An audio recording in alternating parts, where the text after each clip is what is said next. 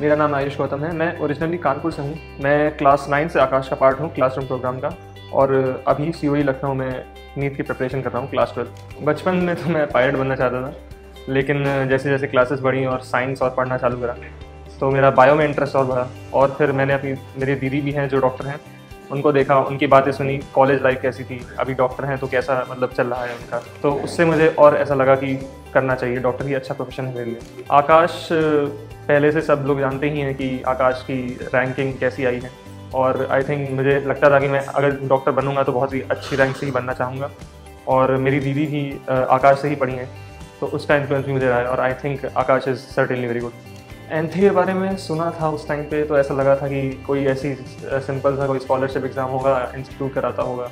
लेकिन जब मैंने दिया तो मुझे पता चला कि मेरी अभी पोजीशन क्या है स्टडी में, और मैं कहाँ स्टैंड करता हूँ अपने कॉम्पिटिटर्स के बीच में। स्कॉलरशिप का भी अच्छा था कि हाँ अच्छी बात है स्कॉलरशिप मिल गई, लेकिन मेरे हिसाब से मेनली एंथ देने का पर्पज़ ये हुआ कि आपको पता चलेगा कि आप कहाँ स्टैंड कर रहे हैं दूसरे बच्चों के बीच में। क्लास 11 से ही मैंने नीट की प्रिपरेशन स्टार्ट करी थी, और जब मैं यहाँ पे COE लखनऊ में आया तब मेरे हिसाब से असली प्रिपरेशन स्टार्ट हुई नीट की। मेन मेरे हिसाब से रहा है NCERT का role, hard work, consistency actually बहुत इंपॉर्टेंट है। आपको 2 साल ऐसा नहीं कि आप एक दिन पढ़ के रुक जाइए और हो जाएगा आपका नीट में। आपको हमें लगातार मतलब एक कंसिस्टेंसी मेंटेन करनी है, एक टाइम टेबल, एक शेड्यूल के हिसाब से चलना पड़ेगा।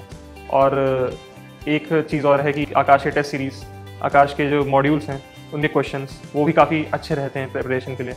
और आप कोई टेस्ट मिस ना करें कभी, ये भी काफ़ी इंपॉर्टेंट है। हमेशा सारे टेस्ट दें, सारे टीचर्स की बात ध्यान से सुनें, डिस्कशंस का पार्ट लें, एरर एनालिसिस का भी बहुत इंपॉर्टेंट रोल है।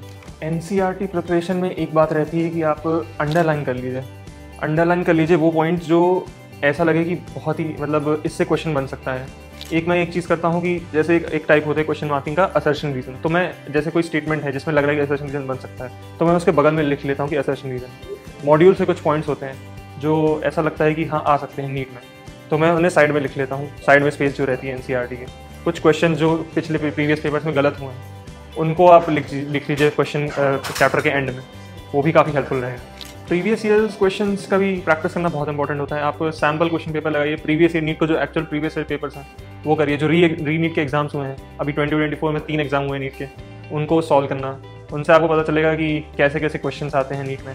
और NCERT को 3-4 बार रीड करना और एक्चुअली रिवाइज करना।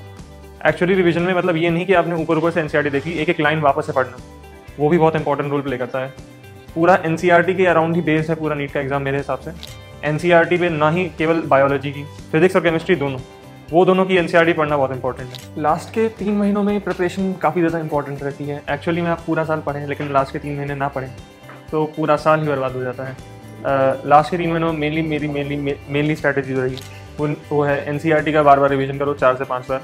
जो शॉर्ट नोट्स हैं वो पढ़ लो। FTS जो फाइनल टेस्ट सीरीज़ है आकाश की, उसके सारे टेस्टों को मिस ना करो। जो आकाश के एरर एनालिसिस होता है वो भी बहुत अच्छा रहता है, इंपॉर्टेंट रहता है। जो डिस्कशन वो लोग रखते हैं उससे भी काफ़ी हेल्प रही मुझे। जो मेरे वीक टॉपिक्स थे वो काफ़ी इंप्रूव हो गए थे, और काफ़ी ज़्यादा स्कोर मुझे ऐसा लगा कि स्कोर बूस्टर आखिर के लास्ट 3 महीने रहे मेरे। तो FTS के जो फुल सिलेबस टेस्ट थे मेरे हिसाब से वही सबसे इंपॉर्टेंट रहे। कुछ ऐसी चीज़ें रहीं जैसे पूरा सिलेबस टेस्ट में एक ये चीज़ रहती है कि आपको हर चीज़ नहीं याद रहता है, आप हर चीज़ पेपर के पहले रिवाइज नहीं कर सकते।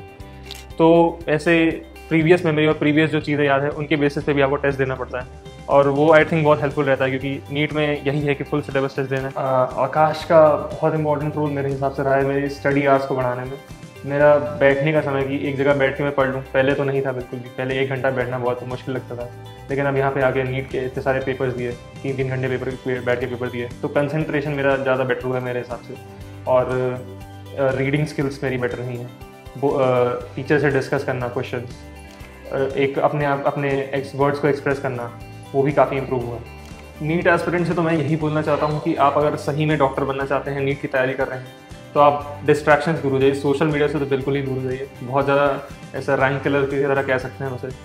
और एक बात यह है कि आप ये ध्यान रखिए कि आप NCERT बार बार पढ़िए, प्रीवियस पेपर्स लगाइए, जितने ज़्यादा क्वेश्चन हो सकते हैं प्रैक्टिस करिए। यही सब बहुत ज़्यादा हेल्पफुल रहता है आगे जाके एंड में जब आप रिविज़न करेंगे तो आपको ऐसा लगेगा कि हाँ अब मैं अभी नीट के पेपर के लिए तैयार हूँ। And best of luck for your NEET preparation, and I hope you get selected in a good college.